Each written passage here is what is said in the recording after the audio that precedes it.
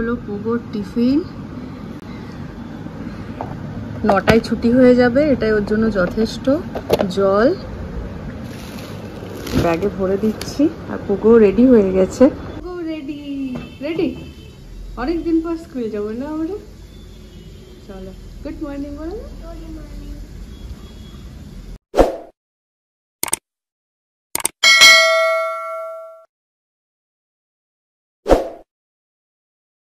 Welcome back to my channel. সকলকে স্বাগত জানাই আমার চ্যানেল লাইফস্টাইল উইথ সঞ্চয়তে। সকাল সকাল এবার হয়ে গেছে মুশকিল, আমারও মর্নিং স্কুল আর পোগোরও মর্নিং স্কুল। মোটামুটি টাইমিংটা এক, 6:30 বাজছে। বেরোচ্ছি এখন, পোগোকে আগে ছাড়বো, ওই জন্য স্কুটি নিয়ে আজকে থেকে এই সপ্তাহটা মানে যতদিন আমার মর্নিং স্কুল আছে স্কুল যেতে হবে, আদারওয়াইজ কোনো রকমভাবে কিছু করা হয়ে উঠছে না। তো চলো দিনটা স্টার্ট করি, গাড়িটাকেও স্টার্ট করি, লেটস গো। পোগো স্কুলের ছুটি হয়ে গেছে, এবার আমরা ঐশীর জন্য ওয়েট করছি। আর পোগো আবার সেই গাছটার নিচে খেলতে স্টার্ট করেছে। পুরো ছুটি জুড়ে হয়তো এই গাছটাকে পোগো ভীষণভাবে মিস করেছে। আমি কিন্তু পোগোর কাছ থেকে এটা আশা করিনি, জানো তো। আমি ভেবেছিলাম এক আর হয়েছে আরেক। স্কুল খোলার পর ভেবেছিলাম 1 মাসের মধ্যে স্কুল যাওয়ার হ্যাবিটটা আবার ছেড়ে যাবে, পোগো আবার কান্নাকাটি জুড়বে। কিন্তু হয়েছে তার ঠিক উল্টোটা। আমাকে বাই করে সে একদম ছুটতে ছুটতে স্কুলে চলে গেল। আর আবার ছুটি হয়ে গেছে ঐশীর, দুজনে মিলে ভাই বোনে সুন্দর আবার হাত ধরে একসঙ্গে বাড়ি ফেরা। কি সুন্দর লাগে না এই জিনিসটা দেখতে।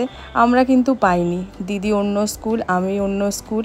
আবার প্রাইমারি স্কুল যখন পড়তাম দিদিরা বেরিয়ে ঘুরি। আপাতত শেষ। বাবারে সেই কবে থেকে যে চলছে যাওয়া আসা।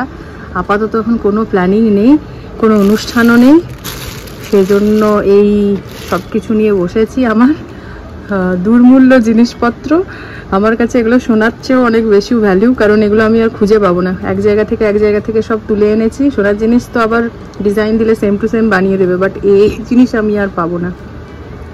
ওই জন্য খুব যত্ন করে রাখি। দেখো প্লাস্টিকে ভরে। তো সেটাই কিছুগুলো বাইরে রয়ে গেছে, কিছুগুলো ভেঙে গেছে, সেগুলো সব রিপেয়ারিংয়ে দেবো। আর সুন্দর করে সব কিছু আবার গুছিয়ে রেখে দেবো, নাহলে একে তো নষ্ট হবেই, আর দরকারে যখন পড়তে মনে হবে তখন আমি খুঁজেই পাবো না। তো চারদিকে নিয়ে বসেছি, এদিকেও রয়েছে। এখানে সব অক্সিডাইজারগুলো রয়েছে। অক্সিডাইজারগুলো আগে সমস্ত কিছু ঠিক করে নিই, তারপর বাকিগুলো বার করছি। আরও যেমন সব লিপস্টিকের ব্যাপারগুলো আলাদা করে রেখে দিয়েছি। এটাতে চোখের জিনিসপত্রগুলো, লাইনার, কাজল, আইব্রো পেন্সিল, ওই সমস্ত কিছু, মাস্কারা সব আলাদা করে রেখেছি।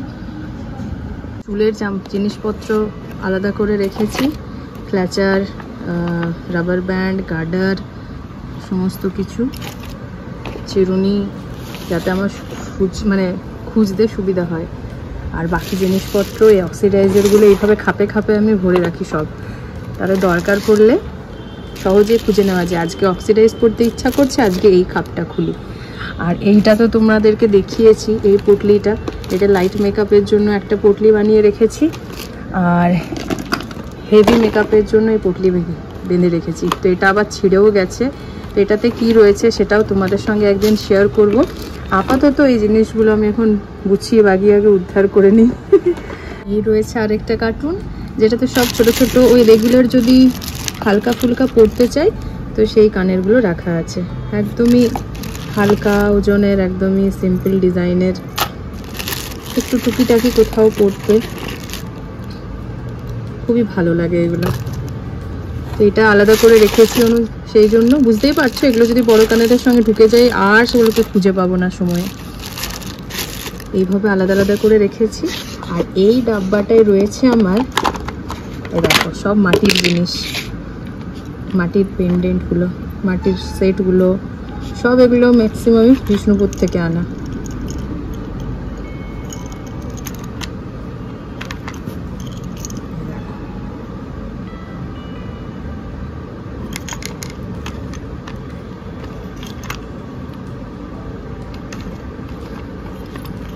কেনার বিশাল শখ আমার, পড়তে ভুলে যাই।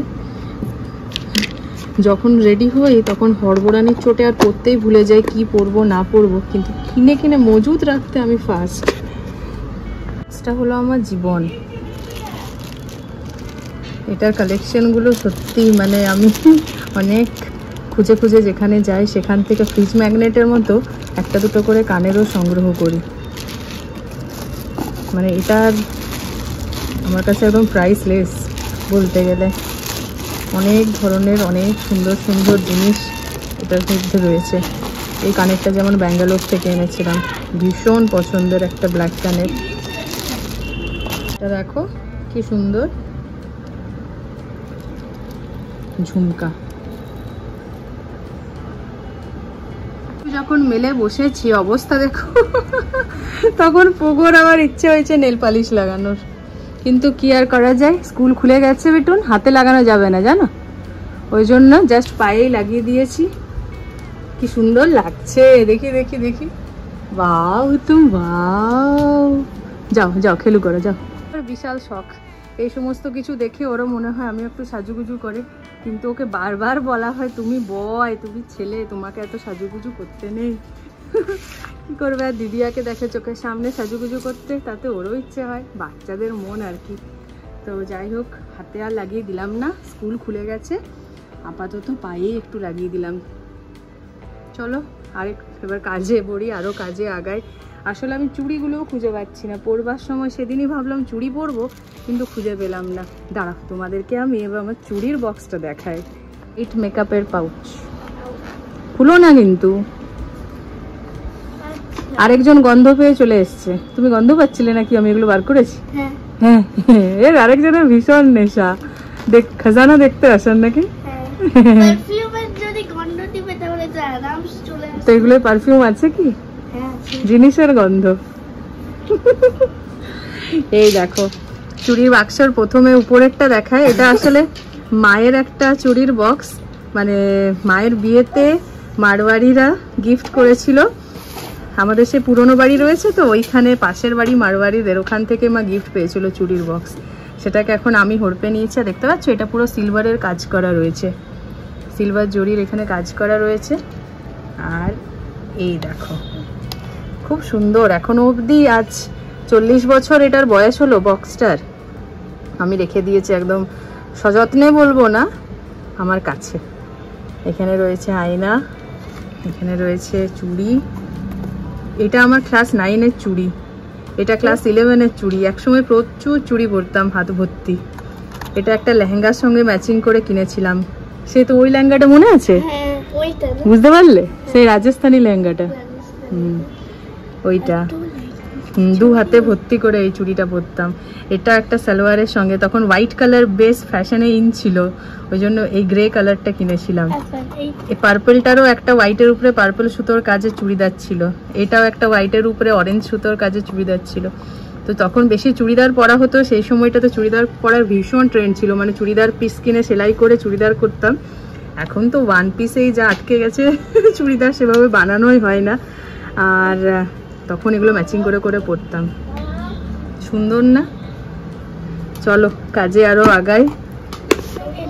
নতুন আরো বক্স করা হচ্ছে, যেটাতে পারলে সমস্ত কিছু রয়েছে। ঐশী করে দিচ্ছে বক্সটা।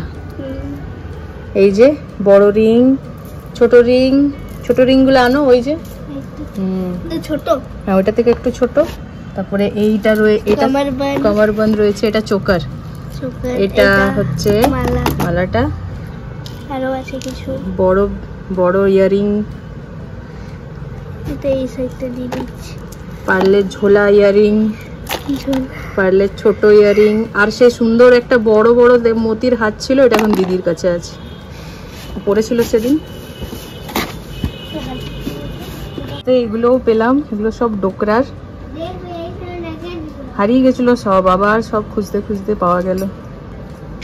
মাছ রয়েছে, এটা একদম মেডেলের মতো, এটা ঢোল, আর এটা ফুল। একদম গুছানো হয়ে গেছে। এই সমস্ত আবর্জনাগুলোকে বেরিয়েছে, যেগুলোকে বাদ দিয়ে দিতে হবে। আর শেষে নেল পলিশগুলো নিয়ে বসেছি।